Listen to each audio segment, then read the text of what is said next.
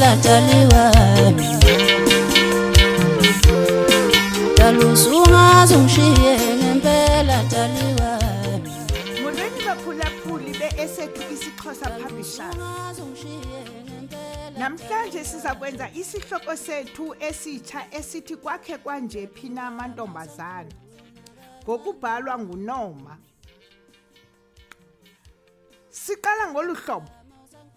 Apha eMzantsi Afrika andiqinisekanga ngona msebenzi wamajoni kodwa ingathi ancedisa amapolisa amaxesha amaninzi. Phaya eBloemfontein kukho indawo ebizwa iTempi. iTempi iseBrandwag kanye xa ujonge kwiUniversity of Orange Free State. iTempi liziko elihlala amajoni. Uyakuvuswa yimikhwazo ekuseni ematsha mhlawumbi ezilolonga. Amaxesha amaninzi aye asarhazwe kwiindawo ezithi ziqhambuke udushe. Kutsha nje kwilizwana elibizwa iUkraine ekukhe kwakho imfazwana yobuhlanga. Upresidenti weSouth Africa wawundulula umkhosi wakhe ukube uyoncedisa apha. Eso senzo senzeka kanye xa uBongani noNimba wayejongene nokutshata isinqandamathe sakhe uNaomi. Iminyaka ifikile esithathwini esosibini sithandana. uBongani waba kwiqela elithunyelwa eUkraine nto leyo wayengathandazeli ukuba yenzeke. Awu madoda, bendikuthandazela ukuba ndingachongwa ukuze kulo Disemba ndimtshate uNaomi engekaxhwilanga la maxhalanga. Uvakele esitsho uBongani ngenye imini. Ndiyakucela sithandwa sam, maze undilinde. Ndiyazi baninzi oBongani apha phandle. Maze wena ucinga ngale kaNonimba, nam ndakwenza njalo. uNaomi oya kusoloko esengqondweni nasentliziyweni yam nguNaomi Vika. Balilelana ke bazibohlukana. Zaqengqeleka iintsuku, zahamba iveki, zangcambaza iinyanga, kwadlula iminyaka engabuyi yena uBongani eUkraine. Eyona nto yayixake abamthandayo ukuba ayekho amanye amajoni abuyileyo. Ngomhla wokubuya kwakhe umfo omkhulu waba ngathi uyacotha uloliwe awayemkhwele. Emva kwemizuzu elishumi ehlikile kuloliwe wayesele emnyango kokwabo eLas Vegas enkqonkqoza. Wavuya umama wakhe akuthi mandla ngobuso bukaBongani. Balilelana kodwa belila inyembezi zovuyo. Khumbula mphulaphuli, kukhe kungabuywa emfazweni. Wazi kakuhle mphulaphuli ukuba usukuba kutheni. Mama, uphilile phofu? Uphilile uNaomi? Ugqibele nini ukumbona? Ugqibele nini ukuza apha azokubona? Le mibuzo ibuzwa omnye emva komnye kungekho mpendulo. Hayi mntwanam, usaphila uNaomi. Uphendule njalo unosapho umama kaBongani. uBongani akonelisekanga yile mpendulo. Inguvuma ephika. Hayi, uphilile. Uqonde ukuba makakhe atyelele umhlobo wakhe uVusumzi. Kube mnandi kwezi tshomi ukubonana emva kwexesha elide. Yemfondini, uNaomi uyatshata ngomso, lo usayo. Akazange akukholelwe akuva ngendlebe zakhe uBongani. Njengoko wayezixelele ukuba ukuphuma kwakhe kuVusi uya kutshonisa ilanga ekunye noNaomi. Waba ngathi uyatshona apho esitulweni. Waba ngathi umhlaba uyajikeleza. Zaba ngathi neentaka ziyamhleka. Waziva enxanelwe utywala engazange wabusela ngaphambili. Wahlutha engekatyi. Ngosuku lomtshato wavuka kusasa uBongani. Waya kumzi wentselo, waya kusela. Wayimoma ibhotile yebranti wayigqiba eyedwa. Ngolusuku wayekhwele isithuthuthu sakhe. Uvakele omnye umfana esithi, "Utywala ke mfondini abuso sisombululo santo, koko bongeza ingxaki phezu kwenye ingxaki. Khona uza kumqhutyelwa ngubani lo ndlebende wakho?" Utsho ephuma lo mfo kulo mzi wentengiso tywala.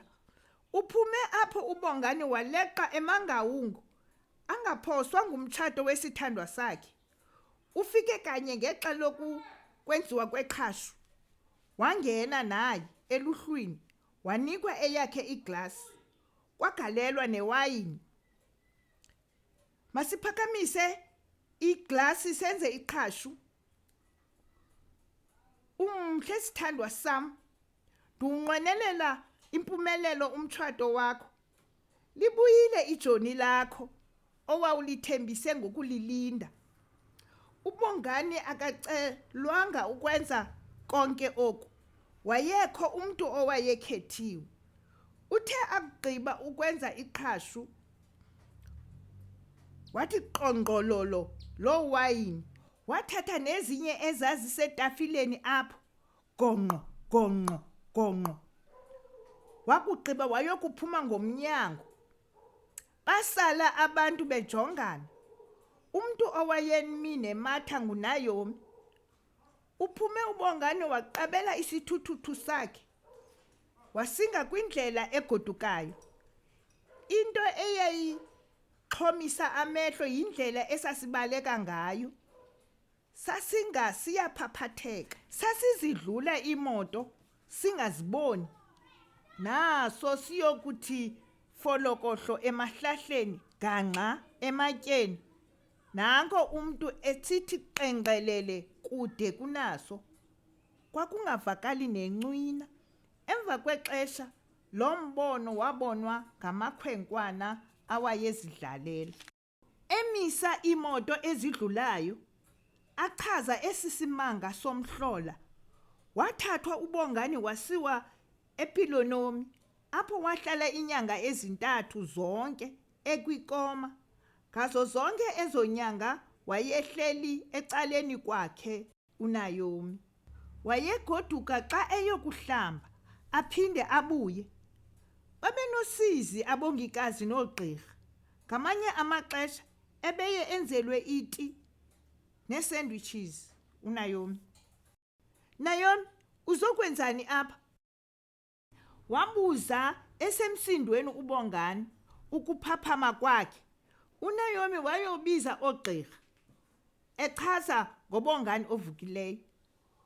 uBongani wamgxotha uNaomi, kodwa oogqirha bamxelela ukuba ngaphandle komama wakho, akekho umntu onenkathalo ngawe ngaphezu kwale ntombazana.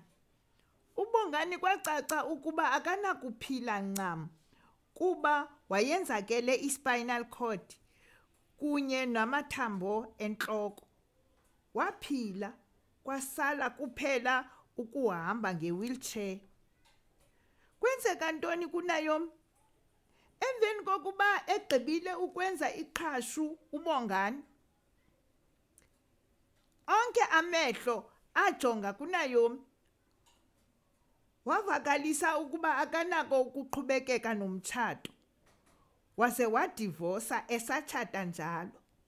Waqalisa ukulandela ekhondweni likaBongani, owafumanisa ukuba uyolala esibhedlele ngosuku lakhe lomtshato.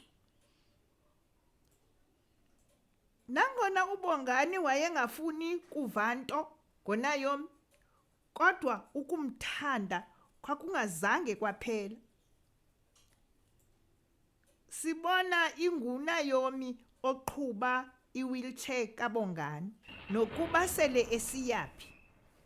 Ekhayeni uBongani wazivulela ishishini lokulungisa ifowuni nelaptop, njengoko wayenobuchule bokusebenzisa izandla zakhe. Ngenye imini uNaomi uze nabacholacholi beendaba zikamabonakude kunye nezikanomathotholo.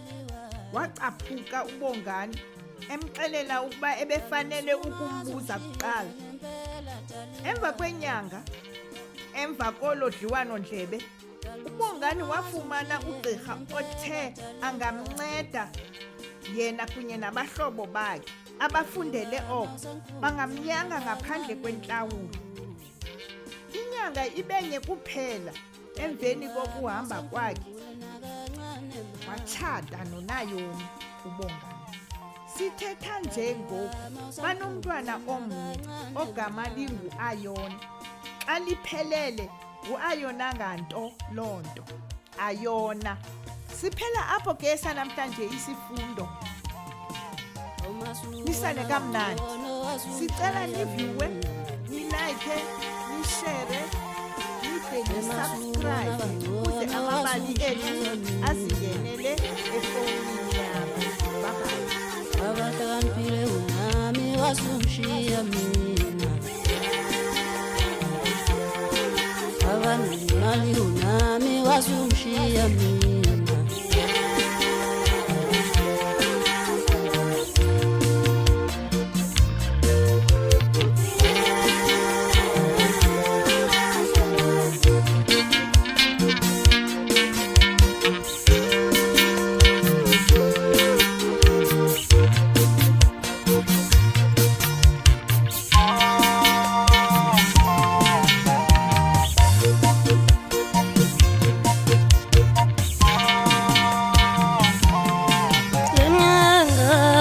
Sebenza uhlele ekhaya.